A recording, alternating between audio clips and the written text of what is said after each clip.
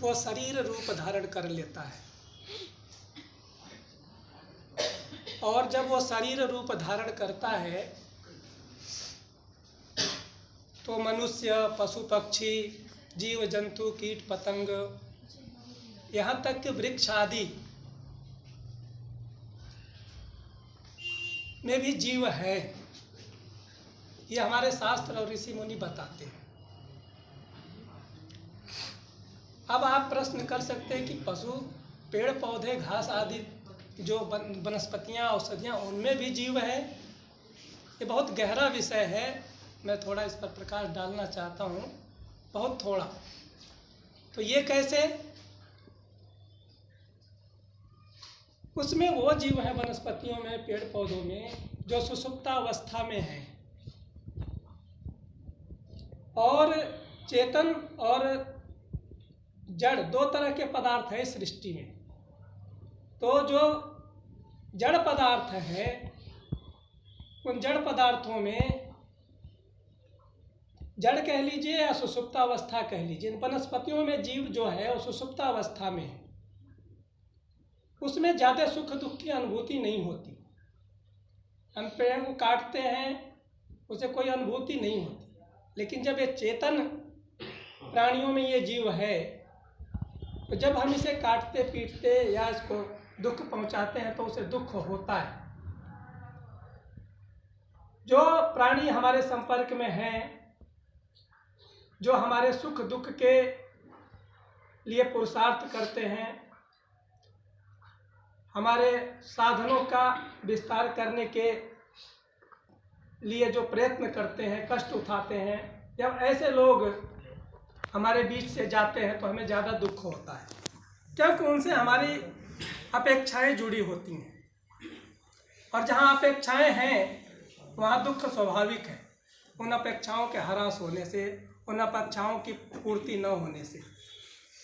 बाकी इस संसार में और कुछ नहीं है।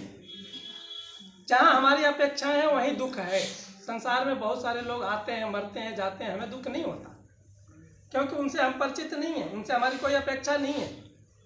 लेकिन जब कोई हमारे बीच से, जिससे हमारी अपेक्षाएं हैं, जिसके सुख दुख में हम रहे हैं, जिसको हमने पाला है या जो हमें पाल रहा है, उसके जाने से हमें ज़्यादा दुख होता है।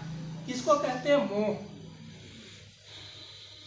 या लालच, और यह प्राणी का स्वभाव है। तो सुख दुख, मोह और लालच ये हमारे तत्व हैं हमारे जीवन के, जो हमारे अंदर रहते ही हैं। ये तत्व नष्ट कब होते हैं? हमारे बीच से, हमारे अंदर से, जब हमारे अंदर विद्या का प्रकाश हो जाता है, तो हम समझने लग जाते हैं नहीं, इसका कोई मतलब नहीं है कि वो हमारे लिए कर रहा था या हम उसके लिए कर रहे हैं, वो अब नहीं रहा तो हमारे लिए कौन करेगा। इसका कोई मतलब हम सामान्य लोगों के लिए तो है, लेकिन जो विद्या से युक्त हो जाता है उसके लिए नहीं है। तो हम सब विद्या से युक्त नहीं, इसीलिए दुखी हो रहे हैं। बाकी उस ईश्वर की व्यवस्था बड़ी ही न्यायकारी है, वो दयालु भी है। उसने बड़ा हमारे शुभ कर्मों के अनुसार हमें शरीर देता है। हम सब सौभाग्यशाली है कि मनुष्य शरीर पाए हैं। निश्चित रूप से हमारे कोई बहुत उन्नत कर्म रहे होंगे, पुण्य कर्म रहे होंगे, तभी ये मनुष्य शरीर मिला। और इस मनुष्य शरीर को पा करके भी कुछ लोग इस शरीर की रक्षा नहीं कर पाते, जबकि शास्त्र कहते हैं कि 100 वर्ष की कामना करो। हमारे ऋषि मुनि, हमारे पूर्वज कहते हैं कि 100 वर्ष की कामना करो। अब 100 वर्ष तक इस शरीर को हम नहीं रख पाते, कभी कभी बीच में ही हम इसको त्याग करके, या शरीर आत्मा चला जाता है। समाज इसको क्या कहता है? अकाल मृत्यु हो गया। अकाल मृत्यु कुछ नहीं होता है, काल तो विद्यमान है हर समय। और ये शरीर में विकार हुआ हमारे, इस कारण से ये आत्मा जो है उसको छोड़ के चला गया। कोई कहता है एक्सीडेंट हो गया तो वो निकल गया, भी वो शरीर तो स्वस्थ था, शरीर स्वस्थ तो था, लेकिन जब विकार आया उस शरीर में, उस आत्मा के रहने लायक वो शरीर नहीं बचा, तो ये आत्मा उस घर को छोड़ के चला गया। ये ईश्वर की जो व्यवस्था है, ईश्वर जीव और प्रकृति, वो उसी व्यवस्था के अंतर्गत ये प्रकृति है कि जब ये शरीर कार्य लायक नहीं रह जाता तो वो आत्मा उसे छोड़ के चला जाता है, इसे ही मृत्यु कहते हैं। तो हम सब हमारे परिवारों में, समाज में आए दिन ये घटता रहता है। अब घाट पर चले जाइए, देखते रहिए बैठ के, पूरे दिन हजारों की संख्या में बड़े बड़े घाटों पर, बनारस में, हरिद्वार में चले जाइए, आप देखेंगे कि चिताएं जल रही हैं, निरंतर जल रही हैं।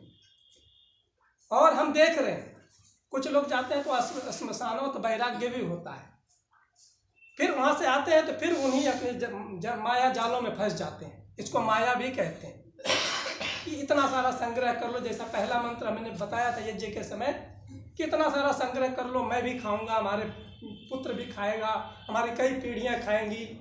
ये सब पाप कर्म हम करते ही रहते हैं और उसके लिए हम साम दाम दंड भेद छल कपट सब कुछ करते हैं और करके संग्रहित करते हैं धन को अपनी कई पीढ़ियों के लिए। वहाँ हम भूल जाते हैं कि ये शरीर नश्वर है और इसकी ठीक से देखभाल न कर पाने के कारण ये फिर नष्ट हो जाएगा। इसकी देखभाल करने के लिए यथोचित पूरे पूर्ण परिश्रम और ईमानदारी से कमाया हुआ अन्न ही इसको पल्लवित पुष्पित कर सकता है, लंबी आयु दे सकता है। और यदि पाप का धन है तो उस धन का दुरुपयोग हमारे शरीर पर भी उसका प्रभाव पड़ता ही है। तो इसलिए हम सबको प्रयास करना चाहिए, ऐसे अवसरों से प्रेरणा लेनी चाहिए कि हम अपने जीवन को पवित्र बनाएं।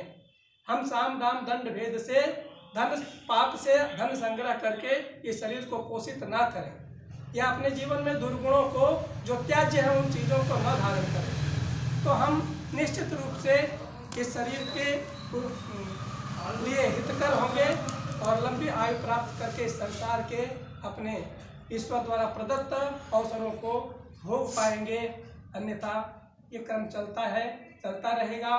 इन्हीं शब्दों के साथ हम उस परमपिता परमेश्वर से प्रार्थना करते हैं, हे परमपिता परमेश्वर, वह आत्मा जो एक अभय के रूप में, अभय नाम के रूप में, शरीर के रूप में हमारे बीच था, आज नहीं है, ये तुम्हारी व्यवस्था है, लेकिन जहाँ भी है वो हमारे सुख दुख का साथी था।